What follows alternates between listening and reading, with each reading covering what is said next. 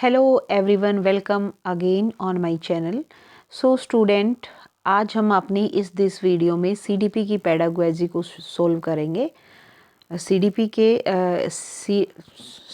CDP not, English की pedagogy इसमें रहेगी। तो चलिए स्टार्ट करते हैं क्वेश्चन आंसर।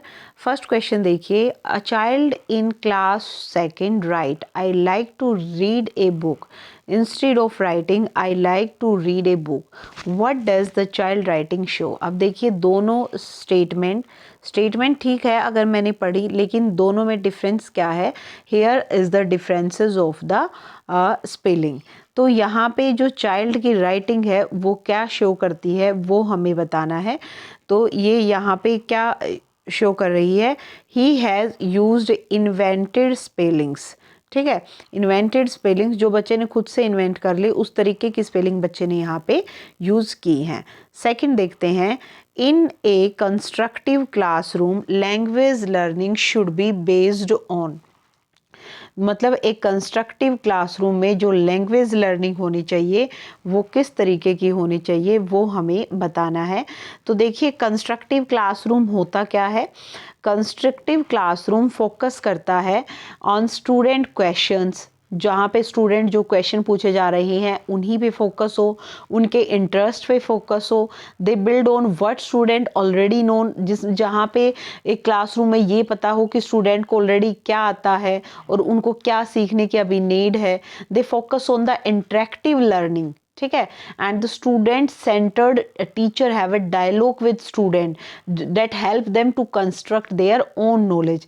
मतलब इस तरीके से स्टूडेंट और टीचर के डायलॉग चल रहे हैं कि उनका आपस में इंटरेक्शन भी हो रहा है और वहाँ पे स्टूडेंट को हेल्प मिल रही है अपनी खुद की नॉलेज कंस्ट्रक्ट करने के लिए। ठीक है, एंड यहाँ पे जो स्टूडेंट है वो वर्क करते हैं ग्रुप में। ठीक है, तो यहाँ पे जो कंस्ट्रक्टिव क्लासरूम है, लैंग्वेज जो लर्निंग होगी वो किस पे बेस होगी? तो यहाँ ऑप्शन नंबर करेक्ट है भाई 3, learners previous knowledge in constructing their new knowledge. अभी मैंने बताया कि टीचर को पता है कि लर्नर की प्रीवियस नॉलेज कहाँ तक है और उस प्रीवियस नॉलेज की बेस पे ही जो लर्नर है टीचर के साथ इंटरेक्शन करके, अपने ग्रुप मेंबर्स के साथ इंटरेक्शन करके नई नॉलेज को कंस्ट्रक्ट कर पा रहा है। तो वही होता है कंस्ट्रक्टिव क्लासरूम। ठीक है, 108 देखिए, a teacher is reading A lesson from class third text book about a girl Naina. Teacher ने लेसन पढ़ा एक गर्ल के बारे में, नैना थी जो, who is not interested in attending a marriage party. वो इंटरेस्टेड नहीं है किसी मैरिज पार्टी को अटेंड करने के लिए। As she doesn't want to leave the sparrow alone, क्योंकि वो नहीं चाहती कि जो उसकी चिड़िया है वो उसमें लोक में, घर में जो लोक है उसमें अकेली रहे। Suddenly a boy Ali stands up and tell the teacher how one day he shaved an injured pigeon which was laying in his balcony। तो तभी अली खड़ा होता है क्लास में और वो बताता है कि कैसे उसने एक इंजर्ड पिजन को, बालकनी में थी वो इंजर्ड पिजन, उसको बचाया। तो अली का जो ये रिएक्शन है टू द स्टोरी, मतलब उसने अपने बारे में बताया भाई यहाँ पे अली ने, तो जो अली का जो ये रिएक्शन है स्टोरी में वो किस चीज़ को डिस्क्राइब कर रहा है वो हमें बताना है। तो यहाँ पे देखिए जो अली है उसने अपने आप को कनेक्ट किया उस टेक्स्ट के साथ जो टेक्स्ट एक टीचर रीड कर रहा है क्लास में। तो करेक्ट ऑप्शन यहाँ पे क्या होगा? Connecting the text with his personal experience. उसने उस टेक्स्ट को अपने पर्सनल एक्सपीरियंस के साथ क्या कर लिया? कनेक्ट कर लिया। ठीक है, तो फर्स्ट ऑप्शन हमारा यहाँ पे करेक्ट रहेगा। 109 पे आते हैं भाई। 109 जो क्वेश्चन है वो क्या है? Reading comprehension. देखिए हम कॉम्प्रीहेंशन को क्या करते हैं, बच्चों को बोलते हैं भाई रीड करो, उसके बेस पे फिर वो आंसर को फाइंड आउट करते हैं जो कि question under the paragraph given होते हैं। तो जो रीडिंग कॉम्प्रीहेंशन है वो किस तरीके की एबिलिटी है वो बताना है कि यहाँ पे जो स्टूडेंट होगा वो कंस्ट्रक्ट करेगा meaning bye interacting with the text, क्योंकि वो पहले पूरे जो कंप्लीट पैराग्राफ उसके आगे है, कॉम्प्रीहेंशन उसके आगे है, उसको वो रीड करेगा अच्छे से, फिर उस जो क्वेश्चन उसके अंडर गिवन है उन क्वेश्चंस को पढ़ के खुद के मीनिंग कंस्ट्रक्ट करेगा क्वेश्चन में और इंटरेक्ट करेगा दोबारा से टेक्स्ट के साथ और आंसर को फाइंड आउट करने की कोशिश करेगा। ठीक है, 1110 देखिए, 110, a teacher has given a task to be done in group. Teacher ने एक टास्क दिया जो कि बच्चों को कैसे कंप्लीट करना है ग्रुप्स में। What will be the role of the teacher during this group work, तो यहाँ पे जो टीचर का रोल है वो क्या रहेगा वो हमें बताना है। तो यहाँ पे टीचर को ये इंश्योर करना है कि that everyone in a group participate in the task and try to support them if required. अब देखिए कई बार क्या होता है, स्कूल्स में ग्रुप बना दिया गया, एक एक इंटेलिजेंट बच्चा है, 2 बिलो एवरेज हैं, तो वहाँ पे जो बिलो एवरेज स्टूडेंट्स का रोल होता है वो बहुत कम हो जाता है, क्योंकि जिसको नॉलेज होगी वो सारा काम अपने आप ही करेगा, वो अपनी चलाएगा हर चीज़। तो यहाँ पे जो टीचर है उसका रोल ये है कि अगर आप क्लास के अंदर आपने ग्रुप बनाए हैं तो आप ये इंश्योर कीजिए कि ग्रुप का हर मेंबर पार्टिसिपेट करे उस टास्क के अंदर जो कि बच्चे कर रहे हैं, और अगर उनको कहीं सपोर्ट की नीड है तो वो भी आप उनको प्रोवाइड करें। क्वेश्चन नंबर 111 है भाई, which of the following type of question in a test will be helpful in assessing the creativity of learner. अगर आपने एक टेस्ट दिया है तो उस टेस्ट में किस तरीके के क्वेश्चन से आप बच्चे की जो क्रिएटिविटी है, लर्नर्स की जो क्रिएटिविटी है उसको असेस कर सकते हैं, उसको जज कर सकते हैं, ये आपने बताना है। तो देखिए अगर आप 1 वर्ड क्वेश्चन देंगे तो वहाँ पे भी कोई बच्चे की क्रिएटिविटी शो नहीं होगी, MCQ में भी नहीं होगी, ट्रू फॉल्स में भी नहीं होगी। तो ओपन एंडेड क्वेश्चन जहाँ पे बच्चों को अपने माइंड से लिखना होता है और जितना लिखना वो चाहे उतना वो लिख सकता है, तो ओपन एंडेड क्वेश्चन में हम बच्चे की क्रिएटिविटी को क्या करते हैं, फाइंड आउट करते हैं, असेस करते हैं, जज करते हैं। 112 देखिए, deficiency in the ability to write associated with impaired handwriting is the symptom of, मतलब बच्चे को लिखना नहीं आता। तो मैंने क्या बताया था, एक शॉर्ट वो बताया था आपको, निमोनिक्स बताया था, अफेजिया, नो सॉरी ये नहीं है, ग्राफ बनाना नहीं आता। बनाना नहीं आता मीन्स उसको राइटिंग में कहीं ना कहीं प्रॉब्लम है ना। तो ये जो सिम्टम हो गए इम्पेयर्ड हैंडराइटिंग के वो हो गए हमारे डिस्ग्राफिया के, कि ग्राफ बनाना नहीं आता। और डिस्फेजिया किस चीज़ का था भाई, बोल बोल कर भेजा खा लिया। तो बोलने मतलब जो ये बोलेंगे हम स्पीकिंग से रिलेटेड जो सिम्टम होगा वो हमारा डिस्फेजिया रहेगा। 113 देखिए, in a role play a student at the end said this news report is presented by the reporter Anshu and cameraman Priya. The teacher said that instead of cameraman you should say camera person. तो it indicate the teacher is using a, आपको question I think समझ आ गया होगा। बच्चे ने camera man बोला तो teacher ने उसको कहा नहीं आप कैमरा मैन मत बोलिए, आप कैमरा पर्सन बोलिए। तो जो ये टीचर है यहाँ पे क्या इंडिकेट करना चाहता है, क्या बताना चाहता है बच्चों को, जेंडर न्यूट्रल लैंग्वेज वो बच्चों को यहाँ पे सिखाना चाहता है। देखिए कैमरा वुमेन और कैमरा मैन, मैन वुमेन, यहाँ पे ऐसे नहीं, आप कैमरा पर्सन बोलिए, उसमें मैन भी आ गए वुमेन भी आ गए। तो यहाँ पे जो टीचर बच्चों को सिखाना चाहता है वो जेंडर न्यूट्रल लैंग्वेज आपको बताना चाहता है कि जेंडर को आप यहाँ इन्वॉल्व ना करें। क्वेश्चन नंबर 114 देखिए, the theory of universal grammar was formulated bye, यहाँ पे पूछा है कि जो यूनिवर्सल ग्रामर की थ्योरी है वो किसने प्रपोज की थी। देखिए थ्योरी जो यूनिवर्सल ग्रामर की है भाई वो प्रपोज की थी चोम्स्की ने। उन्होंने क्या पोज किया था कि that certain grammatical structures and rule are innate to all human language, मतलब कुछ ऐसे ग्रामेटिकली स्ट्रक्चर, कुछ ऐसे रूल्स होते हैं जो मतलब बाय बर्थ ही ह्यूमन की लैंग्वेज में प्रेजेंट होते हैं। And this concept despises that apparent differences between the language and suggested a deep and underlying structure, ठीक है, जो कि यूनिवर्सल होता है, चाहे वो लैंग्वेज हमारी कंट्री की है चाहे वो लैंग्वेज किसी और कंट्री की है, it is universal across all the languages. ठीक है, नेक्स्ट क्वेश्चन पे आते हैं, question number 115। Dictionary is a very important tool for learning a language, सभी को पता है, हम बच्चों को भी क्लास में सिखाते हैं कि भाई कैसे हम डिक्शनरी से किसी भी वर्ड का मीनिंग फाइंड आउट करते हैं। तो which of the following is least important, सबसे कम इंपॉर्टेंट यहाँ डिक्शनरी में क्या है, चेक द स्पेलिंग बिल्कुल, looking the meaning of the word बिल्कुल, check the passive voice of the word, check the part.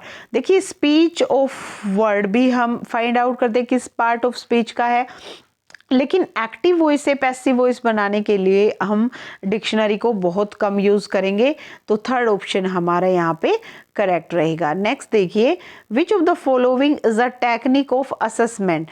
यहाँ पे कौन सी एक टेक्निक है जो असेसमेंट की टेक्निक है, वो हमने बताना है। तो देखिए, रूब्रिक से आप असेस नहीं करते, चेकलिस्ट से भी नहीं करते, रेटिंग स्केल से भी नहीं करते। जब हम किसी को असेस करते हैं, जज करते हैं, तो वो हम इंटरव्यू के थ्रू करते हैं। तो यहाँ पे जो एक टेक्निक हो गई असेसमेंट की, वो हमारी क्या हुई, इंटरव्यू। नेक्स्ट 117 क्या है, learning to speak in a second language.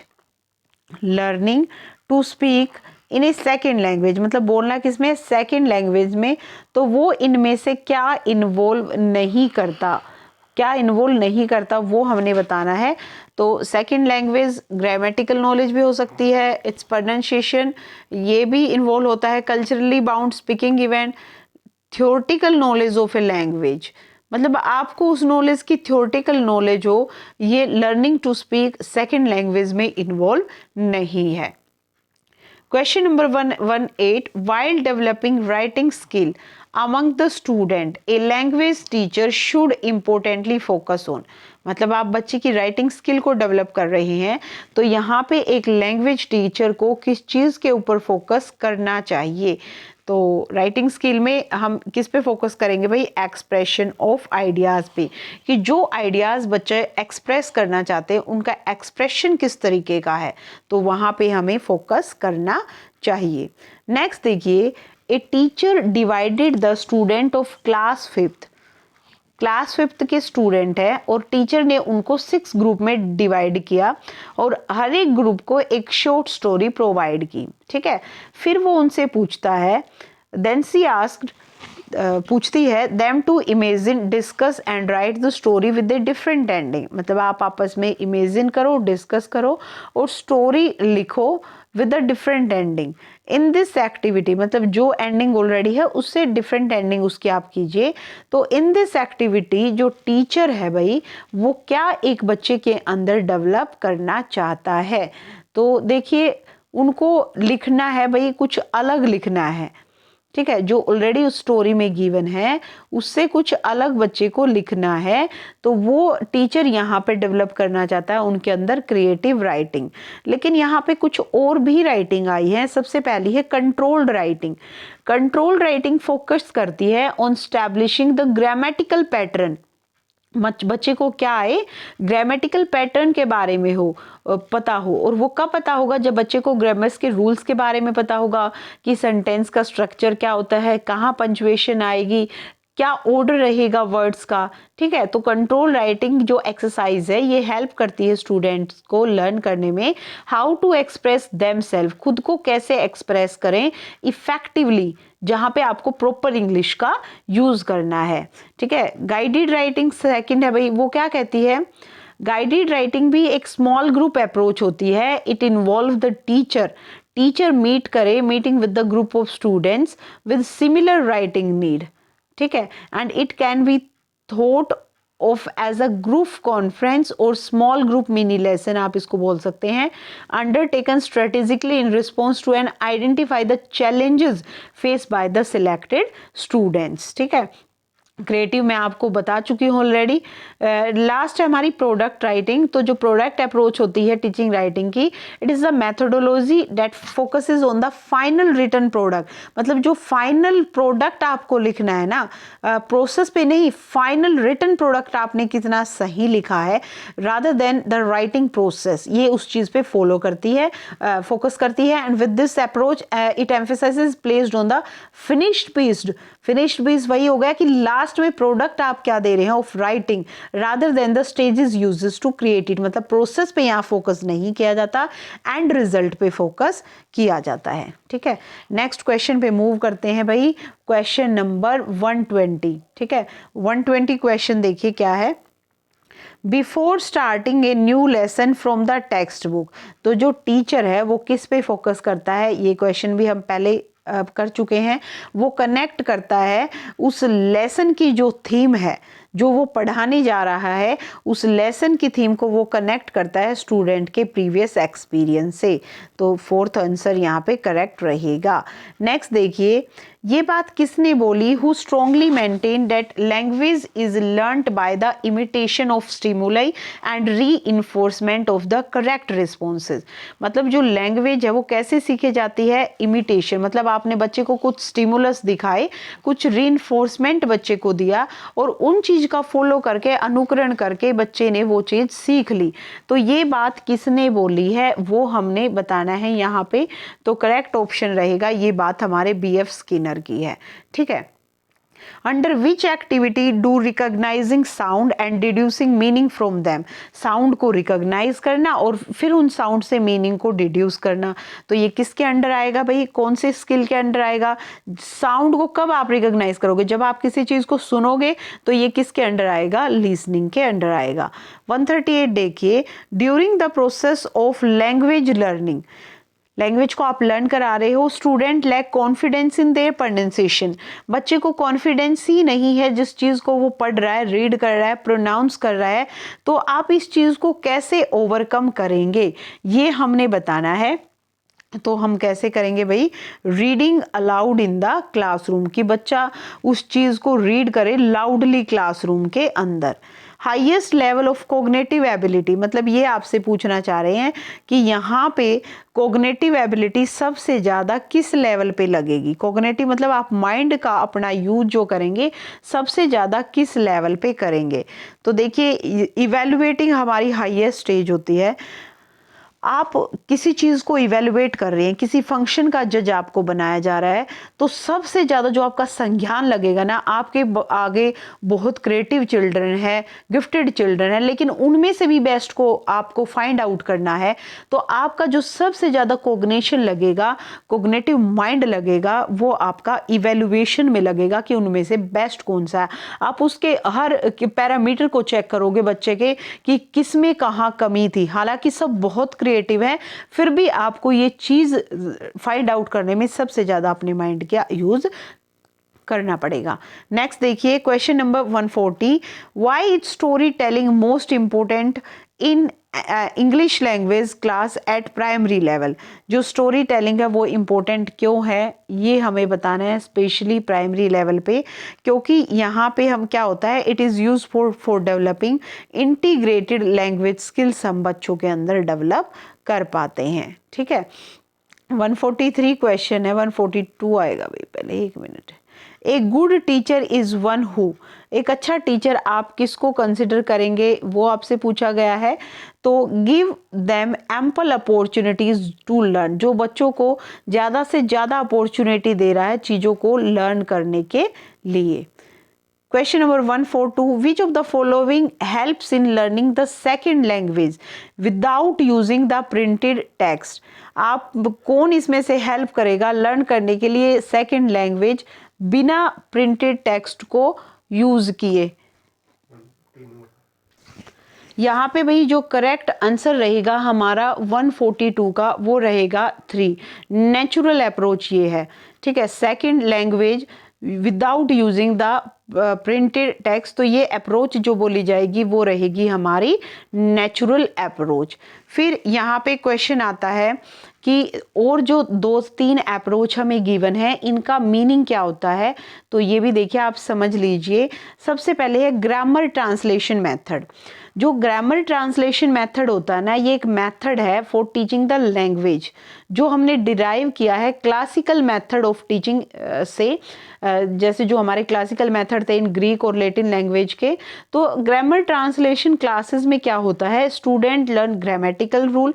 पहले तो बच्चा ग्रामर के रूल सीखता है और वो फिर उन रूल्स को अप्लाई करता है by translating the sentences between the target language and the native language. मतलब आप पहले सपोज आपको हिंदी की लाइन आपको पता है और फिर आपको ग्रामर के रूल्स सिखाए गए हैं, तो आप उस हिंदी की लाइन को जब इंग्लिश में कन्वर्ट करते हैं ना, तो आप वहाँ पे ग्रामर ट्रांसलेशन मेथड का यूज करते हैं। ठीक है। नेक्स्ट जो मेथड है वो होती है सिचुएशनल अप्रोच। सिचुएशनल अप्रोच क्या है, It emphasizes the role of contextual factor and how they either influence leadership behavior directly or moderate the relationship between the leadership and measure of the leader effectiveness. मतलब situationally आप जिस environment में रह रही हैं वहाँ पे जो contextual factor हैं वो किस तरीके से आपको इन्फ्लुएंस कर रहे हैं. ये वैसे एक सिचुएशनल अप्रोच ना एक लीडरशिप का मॉडल भी है भाई. तो आप मतलब किसी भी चीज़ को सिखाने के लिए सिचुएशन का उस प्रेजेंट एनवायरनमेंट वहाँ का क्या है उस चीज़ का यूज़ करेंगे. एक होता है भाई नेचुरल अप्रोच ऑलरेडी गिवन है. Language immersion. लैंग्वेज इमर्सन क्या है? It's a simply immersion is a technique used in bilingual language education in which two language are used for instruction in a variety of topic. मतलब आपको ना एक topic सिखाया जा रहा है और उस टॉपिक सिखाने के लिए जैसे मेरे को ही लगा लो कभी मैं इंग्लिश बोल रही हूँ कभी हिंदी बोल रही हूँ तो बाइलिंगुअल लैंग्वेज मैं आपके आगे यूज कर रही हूँ. ठीक है, चाहे वो मैथ में है सब्जेक्ट में, साइंस में या सोशल स्टडी में है और वहाँ पे डीपली आप उन चीज़ों के साथ एंगेज हो रहे हैं दोनों लैंग्वेज के साथ, तो वो होता है हमारा लैंग्वेज इमर्सन. ठीक है, नेक्स्ट क्वेश्चन पे मूव करते हैं. नेक्स्ट क्वेश्चन हमारा है a person who is fluent speaker sorry is likely to poses.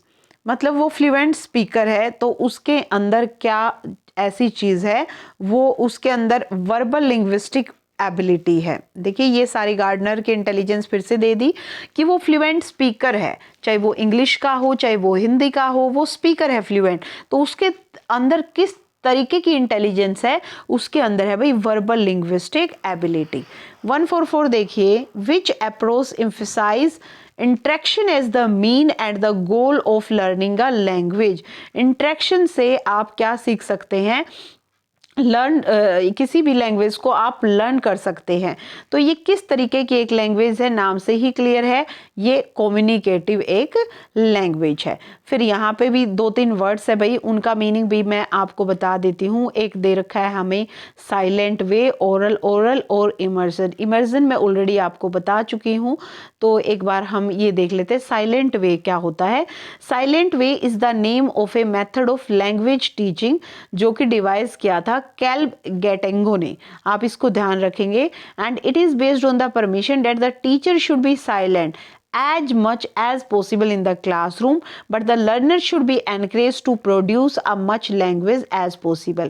Silent way का मतलब है इस मेथड में क्या होता है जो टीचर है वो तो चुप रहेगा ज़्यादा से ज़्यादा क्लासरूम के अंदर और वो जो स्टूडेंट होंगे ना वो एनकरेज होंगे कि वो ज़्यादा से ज़्यादा अपने माउथ से लैंग्वेज को प्रोड्यूस करें. ठीक है, ये जो मेथड था इसको डिवाइस करने वाले थे भाई कैल्ब गेटेंगो, ये आपको ध्यान रखना है. तो ये तो हमारा साइलेंट वे है. कम्युनिकेशन सभी को पता है, willing and able to talk and share the ideas with other.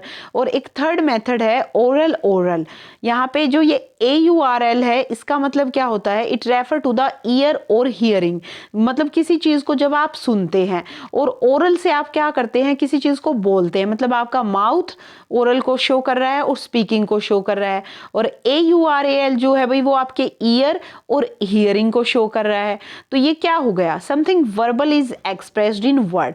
मतलब आप वर्बली किसी चीज़ को वर्ड्स में एक्सप्रेस कर रहे हैं, इधर स्पोकन और राइटिंग. ठीक है, और listen to the oral sensation.